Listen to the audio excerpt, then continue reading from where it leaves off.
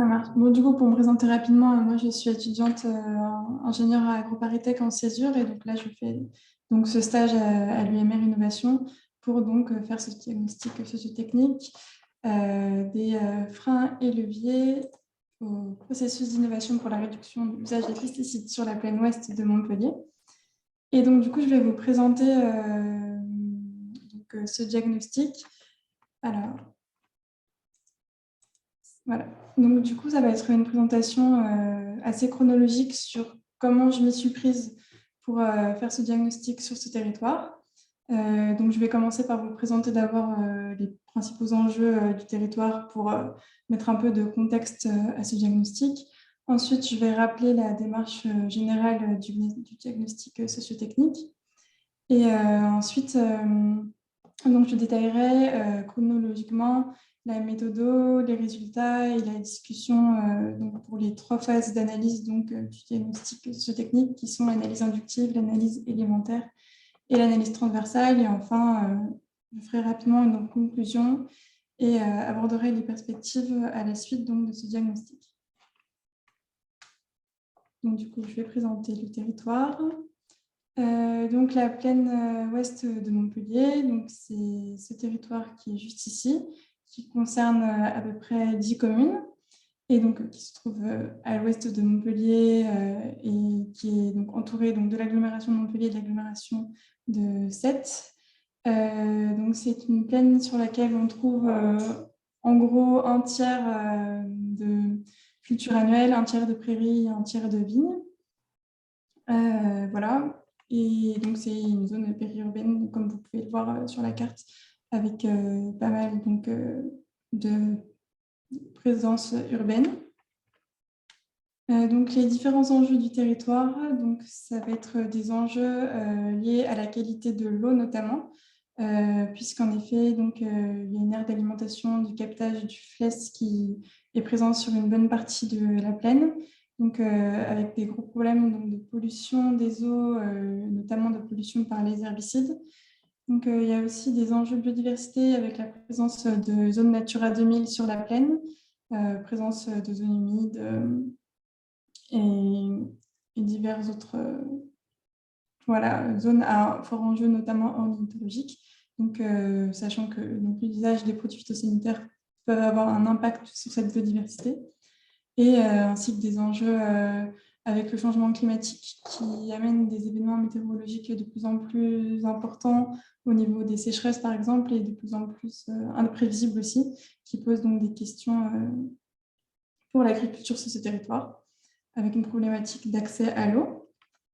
Il y a un enjeu important sur le foncier, étant donné notamment qu'on est en zone périurbaine, donc avec des prix très élevés pour l'accès à la terre, une difficulté à construire du bâti agricole, des surfaces en friche très importantes. Donc, dans les 1/3 de prairies que je vous ai annoncé tout à l'heure, il y a aussi donc, pas mal de friches, donc dû à la spéculation foncière, parcellisation, etc.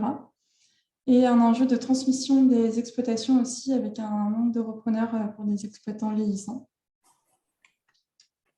Sur cette plaine aussi, il y a donc la métropole donc, de Montpellier, qu'on appelle 3M, a une politique agroécologique et alimentaire qu'elle met en place et qui a pour projet de développer une agriculture nourricière sur cette plaine notamment, en mobilisant par exemple du foncier public.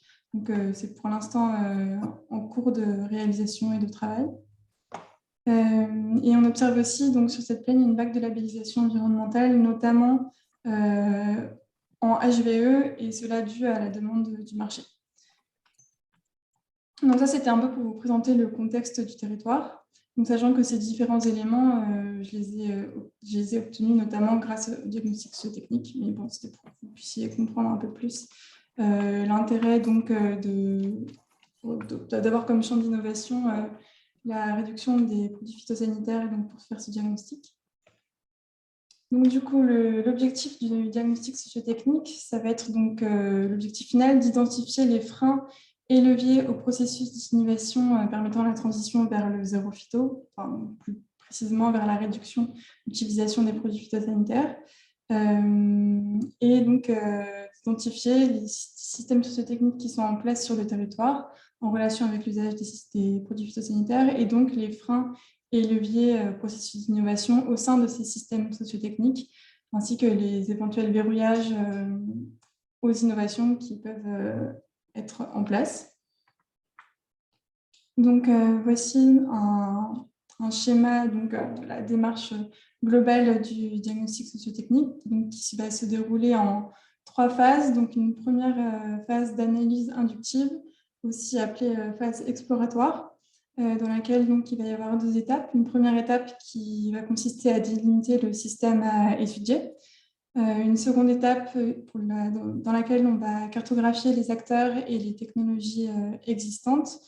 Ces technologies donc, qui sont des pratiques innovantes qui vont servir ensuite à interroger les acteurs identifiés dans l'étape 3. Et en les interrogeant sur ces technologies-là, on va essayer de comprendre les déterminants des pratiques des acteurs. Donc ça va être l'analyse élémentaire. Et ensuite, une analyse transversale à partir des données récoltées dans les étapes précédentes. On va essayer donc de caractériser les freins et leviers à l'innovation donc dans l'étape 4. Et ensuite, il y a une étape 5 qui est de partager le diagnostic que moi, je ne vais pas avoir le temps de réaliser dans le cadre de mon stage. Donc, du coup, ça, c'était la démarche globale. Donc là, c'est un schéma qui reprend exactement ces 5 étapes, mais qui est un peu plus adapté à moi, ce que j'ai fait donc, pendant mon stage. Donc, je vais vous détailler ça quand je vous expliquerai étape par étape comment j'ai réalisé donc, ce diagnostic. Et donc, voilà, en gros, comme vous pouvez voir la méthode suivie. Donc, du coup, la première phase, donc phase exploratoire ou analyse inductive. Donc, tout d'abord, il y a eu donc, une phase donc, de collecte des données. Donc, pour cela, je me suis appuyée sur des documents, d'abord des documents qui ont été fournis par mon encadrant, donc Marc, comme des rapports de stage d'anciens stagiaires qui ont travaillé sur le même territoire, des mémoires ou encore des études des acteurs du territoire comme la métropole, la chambre d'agriculture, la SAPER, etc. Et des documents que j'ai pu retrouver aussi sur les sites de ces acteurs-là. Des données donc aussi retrouvées sur les sites de l'Agence de l'eau, de la métropole, des communes, des chambres d'agriculture, etc. Et donc, les informations récupérées sur ces documents, ça va être donc, les enjeux du territoire, les actions en cours donc, de ces différents acteurs du territoire, et donc essayer d'identifier les acteurs à aller voir en premier pour les entretiens exploratoires afin donc, de toujours déterminer le périmètre d'investigation et le champ d'innovation donc pour ce diagnostic. Donc, du coup, le choix des acteurs à rencontrer pour la phase exploratoire. Donc, ici, vous pouvez voir une frise chronologique des entretiens exploratoires menés. Et donc, en gros, les entretiens, en fait, on a choisi des acteurs qui connaissent le territoire, qui sont concernés a priori par la problématique de réduction de l'usage des pesticides sur le territoire. Donc, c'est pour ça qu'on est allé voir la métropole, l'agence de l'eau, étant donné qu'il y a des problématiques de pollution de l'eau par les herbicides, les communes, les syndicats donc des bassins, donc syndicat mixte du bassin de Thau, syndicat du bassin de Villers, qui étaient les deux concernés par ce territoire, la SAFER, la chambre d'agriculture, le conservatoire des espaces naturels, étant donné les enjeux de biodiversité, etc., etc. Et donc voilà donc, comment ont été choisis ces territoires. Et donc, vous pouvez voir qu'au final, les entretiens se sont déroulés sur quasiment toute la durée du stage. Donc, même si c'est une première étape du diagnostic, elle n'est pas forcément faite seulement au début du diagnostic, elle peut aussi se dérouler sur un temps assez long. Du coup, des résultats intermédiaires donc, pour traiter ces données.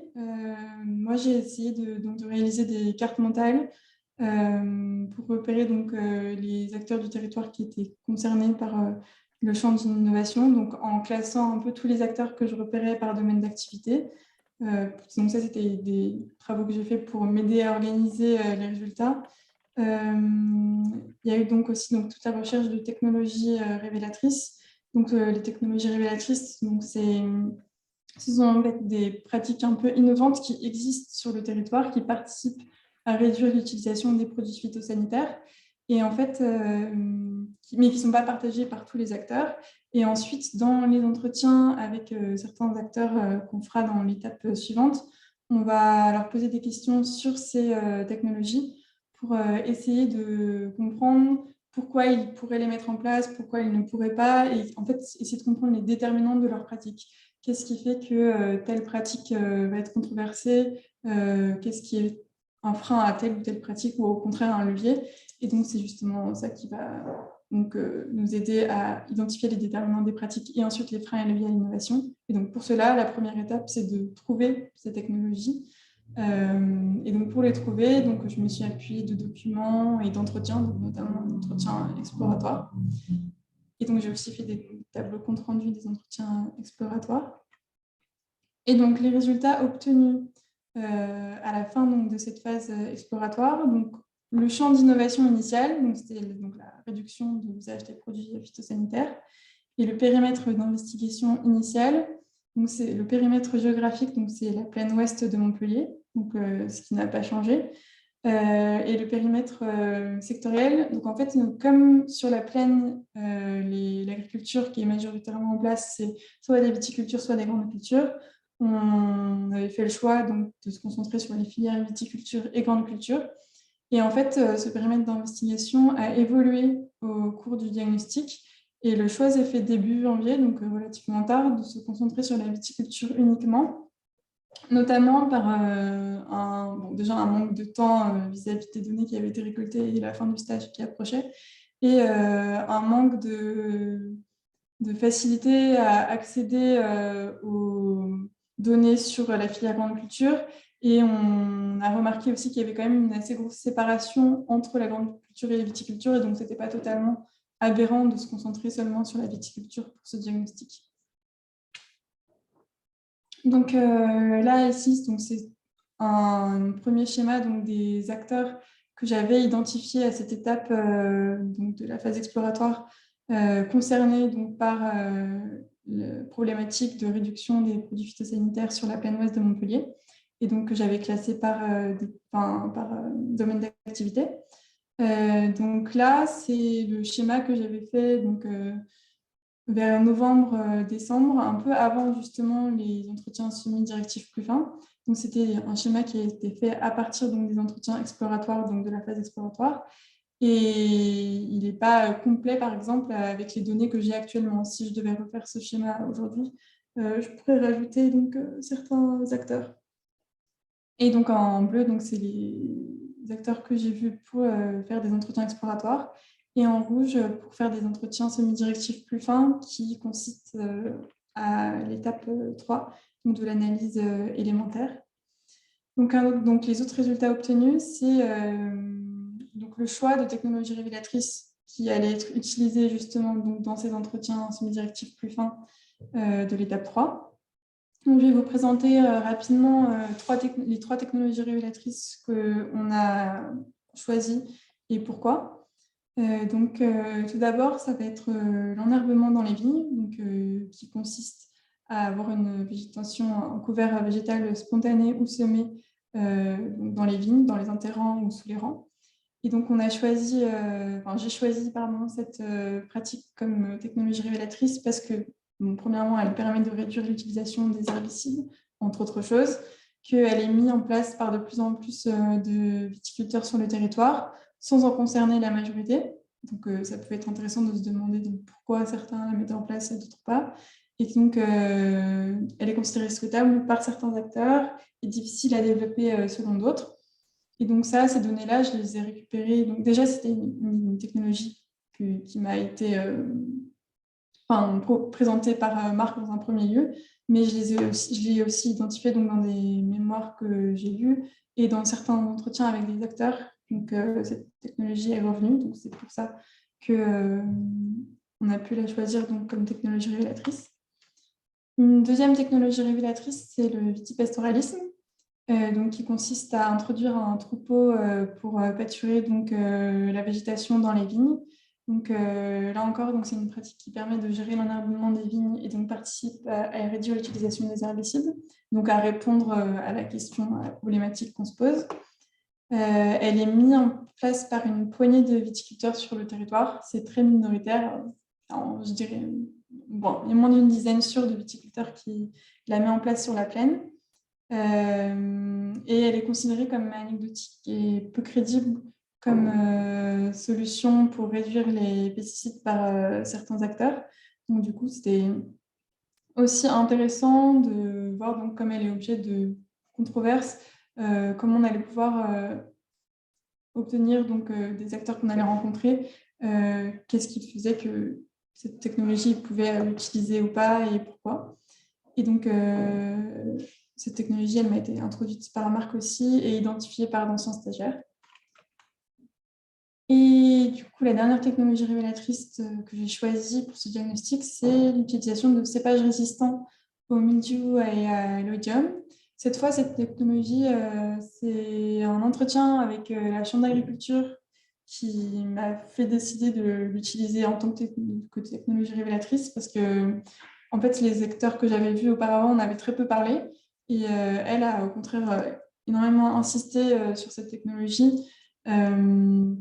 En m'expliquant comment, selon elle, c'était important dans la région et que c'était notamment la solution à la réduction des produits phytosanitaires, donc la plus crédible. Et c'est revenu dans d'autres entretiens aussi. Donc, cette technologie est considérée comme solution plus crédible à la réduction donc, de l'usage des pesticides. Et d'autres acteurs, au contraire, vont pointer de nombreux freins au développement de cette technologie. Et donc, je trouvais ça intéressant, donc pareil, de l'utiliser comme technologie révélatrice. Et aussi, cette technologie est utilisée par une minorité de viticulteurs pour l'instant sur le territoire. Donc, du coup, les documents produits durant la phase exploratoire. Donc, au final, moi, à la fin de cette phase, j'avais les comptes rendus écrits des entretiens exploratoires que j'ai menés, des tableaux comptes rendus des entretiens pour compiler de façon un peu plus organisée les données. Donc, le schéma des acteurs concernés par le champ d'innovation et des acteurs rencontrés, un schéma intérêt, impact des acteurs sur le champ d'innovation que je ne vous ai pas présenté, un tableau des technologies révélatrices identifiées, les guides d'entretien.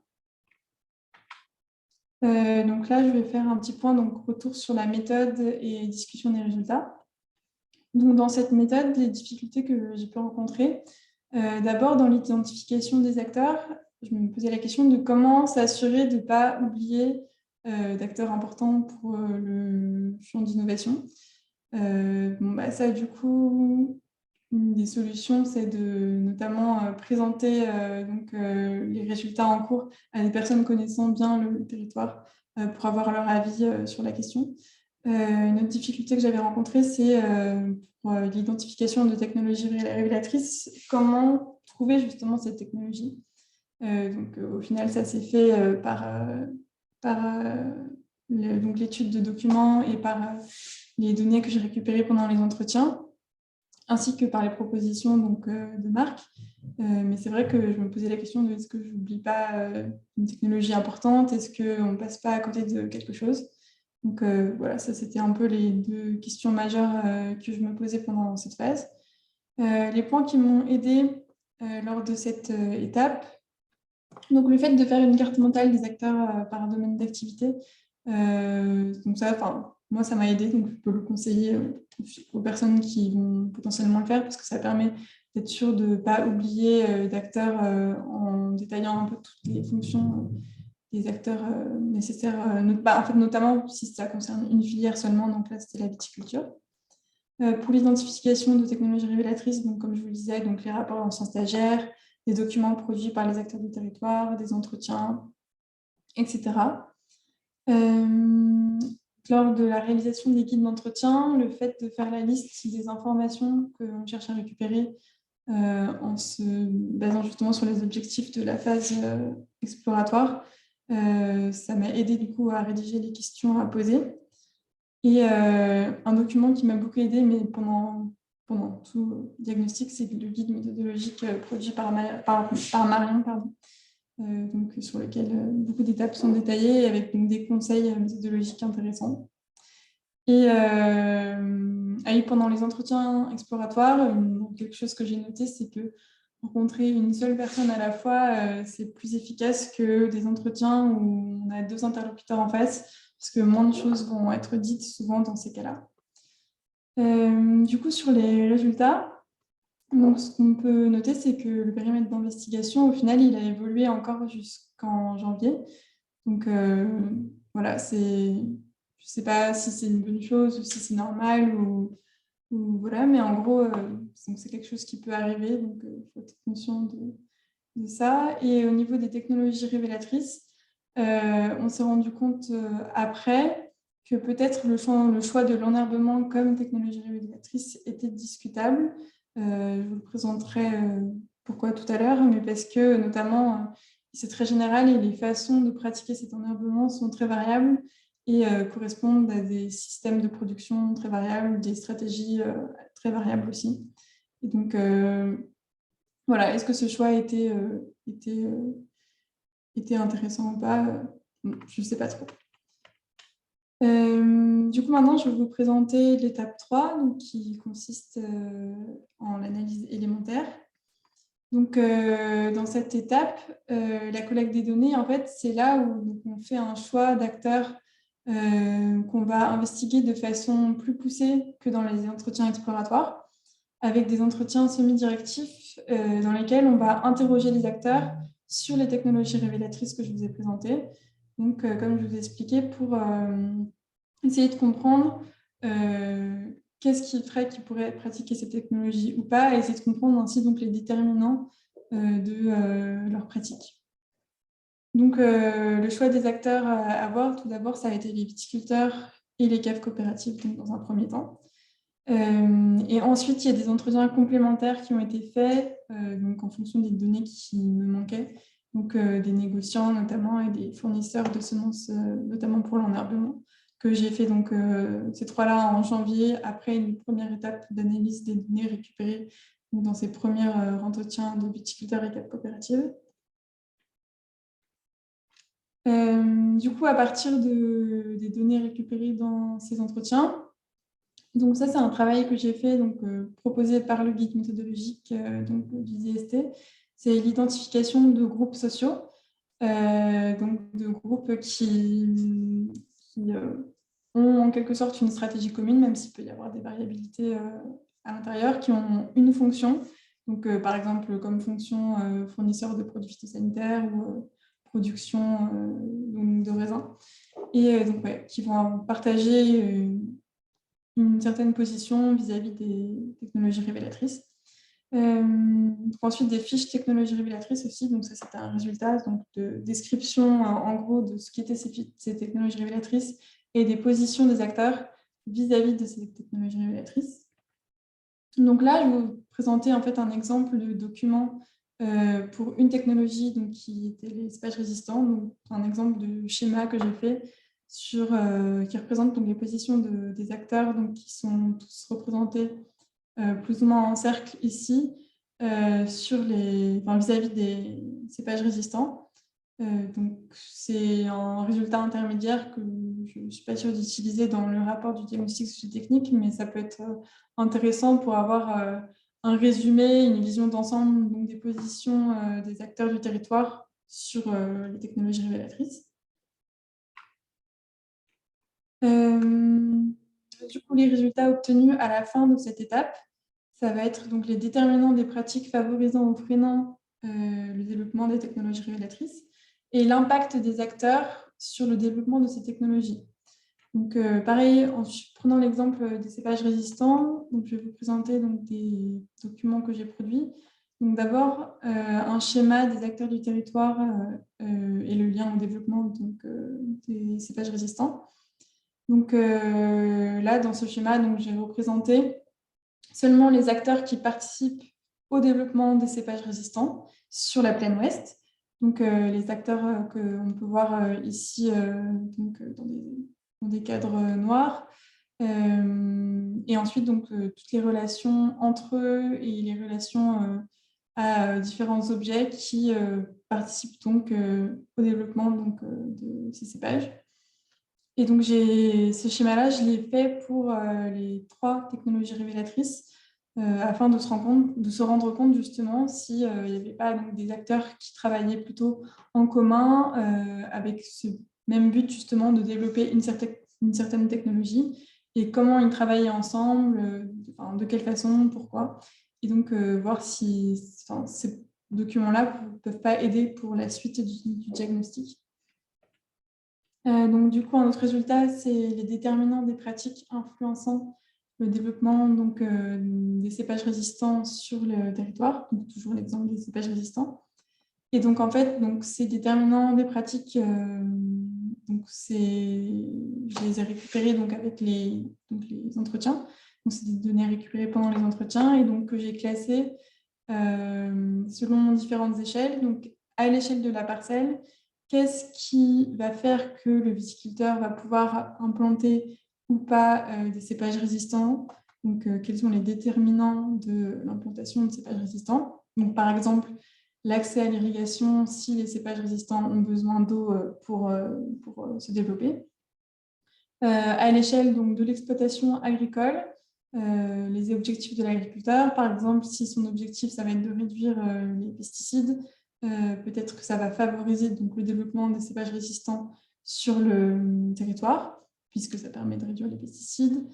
Pareil, si son objectif, c'est une réduction du temps du travail, le fait de ne plus devoir passer dans la parcelle pour traiter, donc ça peut donc être un déterminant pour pareil, ce développement de cette technologie. Donc, il y a voilà, plein de facteurs en fait, de déterminants des pratiques que j'ai identifiés et que j'ai répertoriés donc, selon 4 échelles. Donc, la parcelle d'exploitation agricole, le territoire et une échelle globale. Et donc ensuite, à partir de ces déterminants encore, on pourra essayer de faire une analyse plus globale et transversale donc dans l'étape suivante d'analyse transversale du diagnostic. Du coup, les sorties produites à la fin de cette étape, donc ça va être donc les comptes rendus des entretiens, des fiches groupes sociaux, des fiches technologies révélatrices, donc un tableau avec recensant tous les déterminants des pratiques favorisant ou freinant les technologies révélatrices, donc un tableau par technologie révélatrice, des schémas de position des acteurs vis-à-vis des technologies révélatrices, pareil, un schéma par technologie révélatrice, et les schémas des acteurs participant au développement des technologies révélatrices. Du coup, les difficultés rencontrées dans cette étape, moi, une première difficulté que j'ai rencontrée, c'était d'obtenir des entretiens avec des viticulteurs, en fait, parce que beaucoup étaient occupés. Et en fait, j'ai fait assez peu d'entretiens des viticulteurs, comme vous pouvez voir. En fait, des entretiens semi-directifs, j'en ai fait que 4, et dont un au téléphone et 2 sur la parcelle pendant que le viticulteur travaillait. Donc, ce n'était pas des conditions optimales, entre guillemets, et c'était à chaque fois des temps relativement courts d'entretien, entre 30 et 45 minutes, parce que le viticulteur n'avait pas le temps. Ensuite, j'ai aussi une difficulté à déterminer le nombre et le type d'acteurs suffisants à enquêter, la variété des types de viticulteurs à enquêter, par exemple. Est-ce que les 4 que j'avais enquêtés, c'était suffisant? Est-ce qu'il fallait en faire plus? Pareil pour les autres types d'acteurs, type 4 coopératives, et ensuite fournisseurs, etc., etc. Et donc là, en question, le choix, c'est un peu fait par défaut, dans le sens où ce sont les acteurs qui ont bien voulu me rencontrer, qui ont un peu déterminé ça. Ah oui, et ça, c'était un point d'intention, c'était de s'assurer de bien récupérer les mêmes données dans tous les entretiens, et donc de bien faire attention avant chaque entretien, de bien réfléchir aux données nécessaires pour la suite du diagnostic, pour être sûr de bien préparer le guide et l'entretien et récupérer tout ce qui est nécessaire. Et donc, des points qui m'ont aidé pendant cette étape, donc c'est vraiment, le guide m'a vraiment beaucoup aidé, notamment les fiches outils numéro 7, 8 et 9.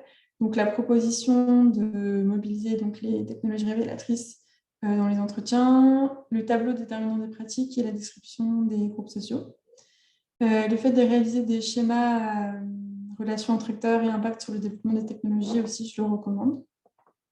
Et au niveau donc, des résultats, Est-ce qu'il n'y a pas des données collectées qui manquent, donc notamment au niveau de tout ce qui va être aval de la filière, donc commercialisation? J'ai pas eu beaucoup d'entretiens, donc même pas du tout au niveau commercialisation. Donc, mais ça, pareil, je vais en parler après. Mais donc, est-ce qu'il ne manque pas quelques données pour les résultats? Est-ce que, pareil, j'ai vu suffisamment de viticulteurs?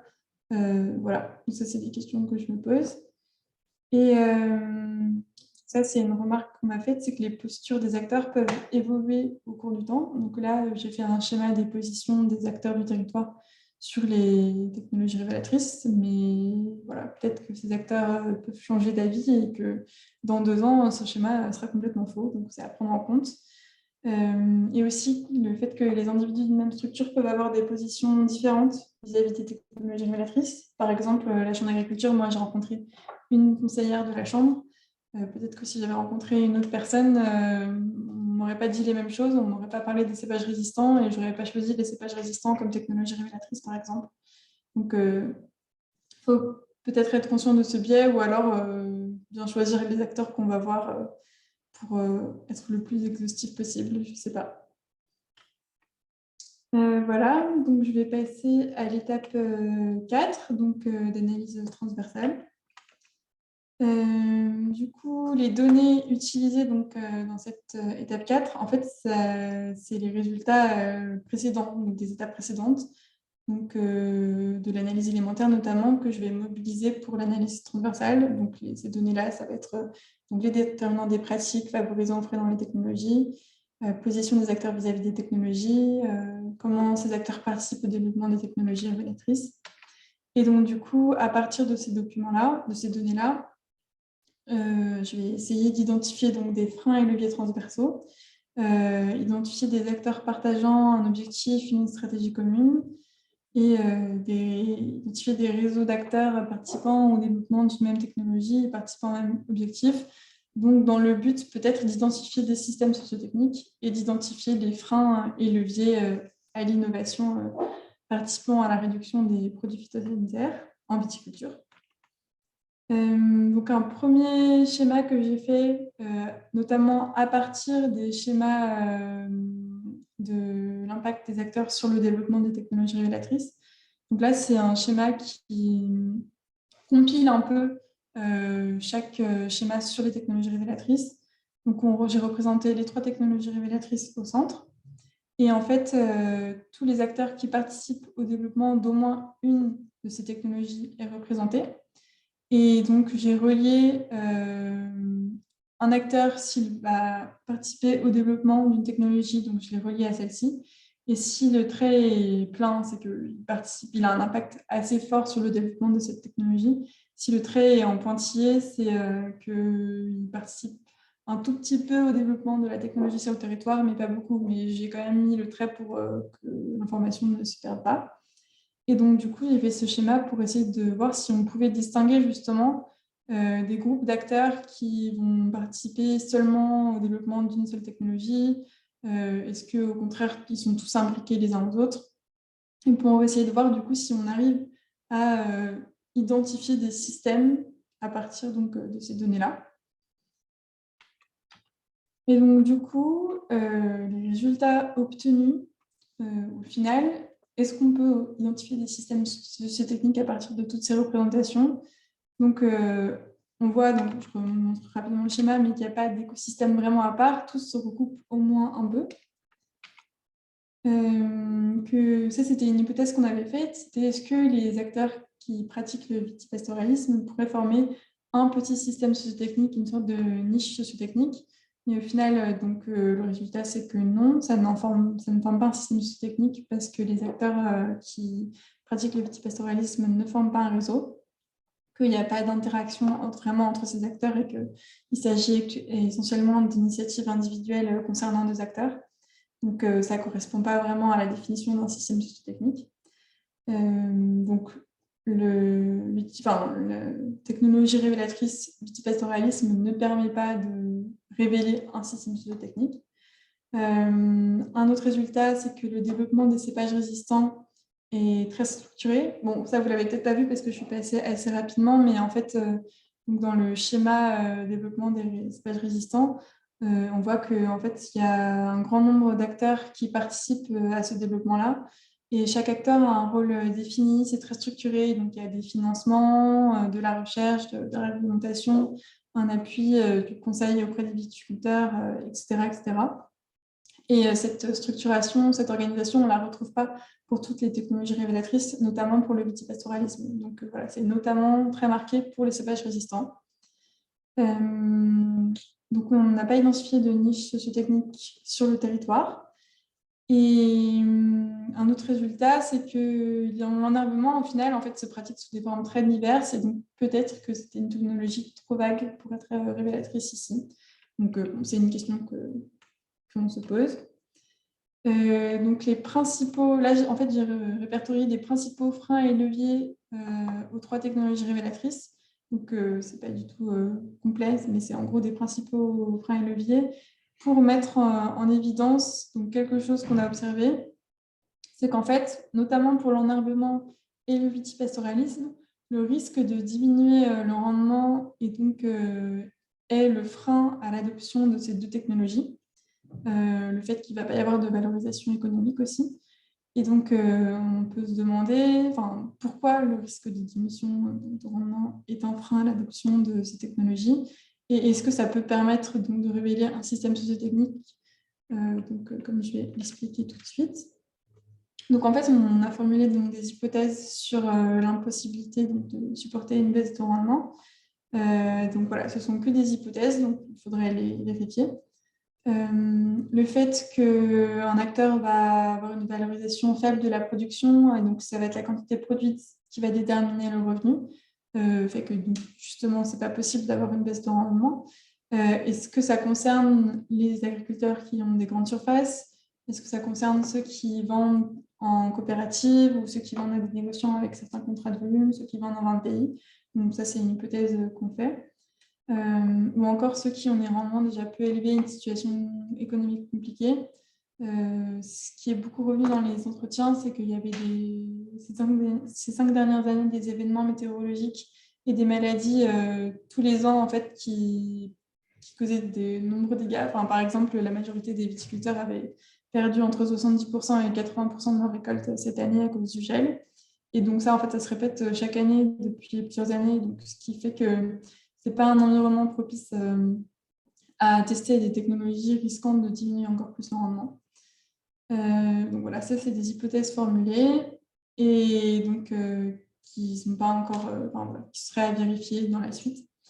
Et donc, un système sociotechnique possible, ce serait les acteurs, par exemple, avec comme objectif commun de réduire les produits phytosanitaires tout en maintenant le même rendement.